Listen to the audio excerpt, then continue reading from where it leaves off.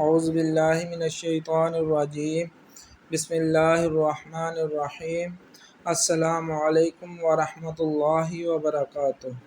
آج کی ہمارے ویڈیو کا موضوع ہے حضور اکرم صلی اللہ علیہ وآلہ وسلم کی ولادت سے پہلے عرب کے کیا حالات تھے اور حضور اکرم صلی اللہ علیہ وآلہ وسلم کی ولادت کے ساتھ ہی کیا معجزات رونما ہوئے۔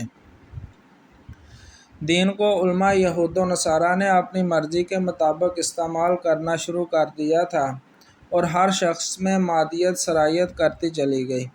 جس وقت رسول اکرم صلی اللہ علیہ وآلہ وسلم کی ولادت باسعادت ہوئی، اس وقت یہ جاہلانہ رسومات، خود ساختہ مذہبی سماجی بندشیں اور تہذیب و اخلاقی تنزلی اپنے عروج پر تھی۔ ہر طرف فتنہ فساد کا تنور دہک رہا تھا۔ سماج میں تخریب کاری، خرافات اور اوہام پرستی کا رواج تھا۔ دنیا شرک کے اندھیروں میں بھٹک رہی تھی۔ آبادی کے تناسب سے خدا وجود میں آ رہے تھے۔ ہر قبیلہ اپنے بنائے ہوئے خدا پر ناز کیا کرتا تھا۔ عوام اس قدر فکری اور اخلاقی تخریب کاری کا شکار تھے کہ عضو تناسل کو پوجنے میں بھی شرم محسوس نہیں کرتے تھے۔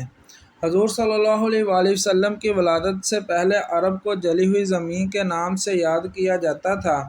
صحراؤں میں انسان نما جانور رہتے تھے جو بعد کا بتنگڑ بنانے میں دیر نہیں کرتے تھے، بلکہ فساد و خون ریزی ان کی زندگی کا حصہ بن چکی تھی۔ قبیلہ وار جنگیں ہوتی رہتی تھیں، چونکہ زمانہ جاہلیت میں یہودیوں کا قومی پیشہ اسلحہ سازی تھا، لہذا یہ دھندا اسی وقت پھل پھول سکتا تھا جب ہر طرف جنگ و خون ریزی کا ماحول گرم ہو۔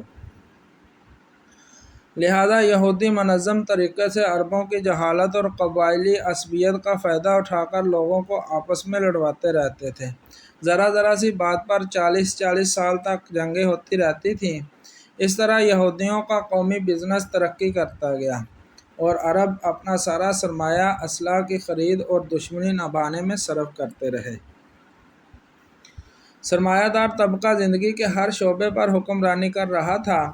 غریب افراد کو پیٹ پالنے کے لیے یا تو بھیڑ بکریوں کے دودھ پر گزارا کرنا پڑتا یا پھر وہ خالی کھجوریں کھا کر وقت گزار لیتے تھے۔ تجارت کے لیے اگر کسی سرمایہ دار سے قرض لیتے تو تجارت میں منافع کی کثیر رقم سود کی شکل میں سرمایہ دار کی تجوری میں چلی جاتی اور غربا افلاس سے بھی نیچے زندگی گزارنے پر مجبور تھے۔ یہی لوگ قبیلے کے سردار اور خاندان کے سربراہ کہلاتے تھے۔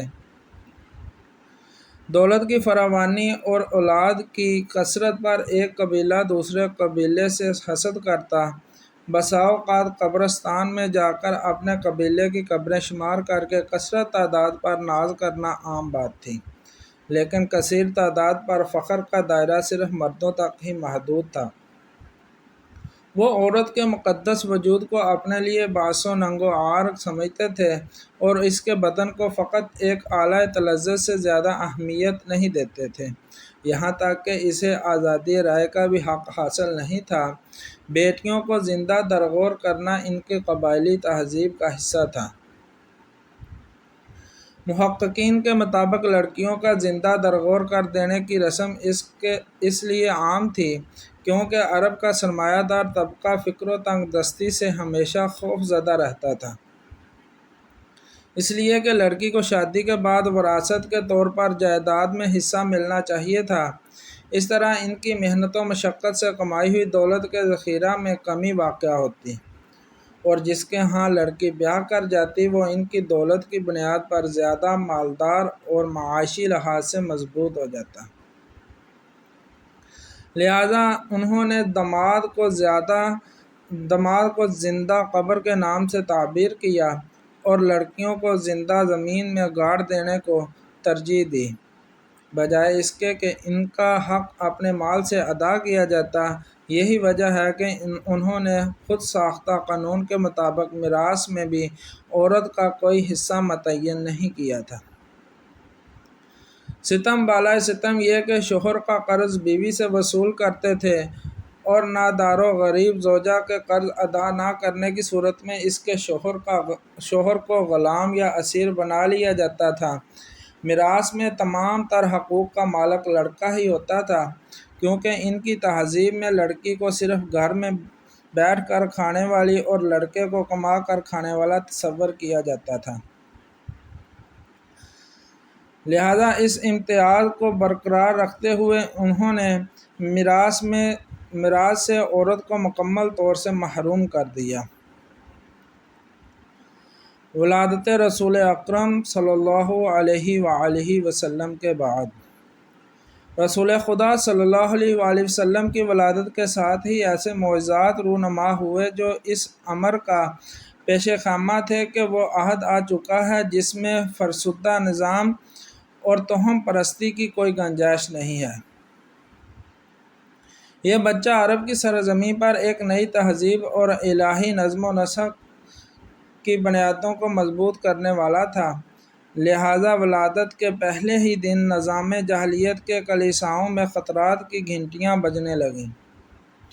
نوشیروان کا وہ عالیشان اور فلک نظر محل جس کی ابدیت کے معتقدین سپنے سنجوئے ہوئے تھے، متزلزل ہو کر زمین بوس ہو گیا اور اس کے 14 کنگورے ٹوٹ کر گر پڑے۔ فارس کے آتش کدہ میں جو آگ ہزارہ سال سے روشن تھی وہ خاموش ہو گئی۔ دریائے صحابہ کا موجیں مارتا ہوا پانی اچانک خشک ہو گیا۔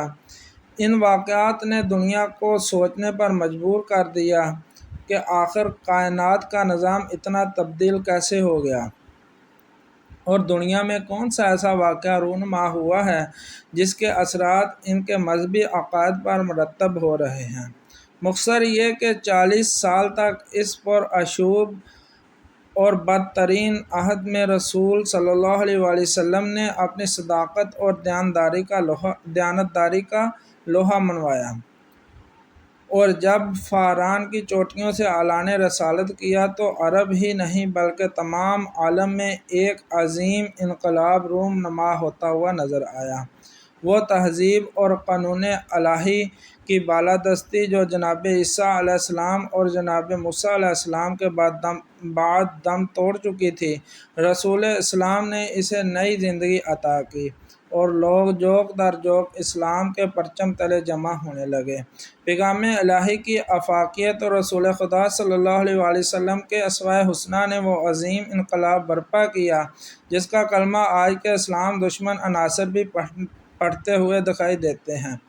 یہ تھی آج کی ویڈیو۔ امید کرتا ہوں آپ کو پسند آئی ہوگی۔ ویڈیو کو لائک اور چینل کو سبسکرائب کر دیں اور ساتھ بنے بیل کے بٹن کو بھی ضرور پریس کر دیں تاکہ ہر آنے والی نئی ویڈیو کا نوٹیفیکیشن آپ تک پہنچ سکے۔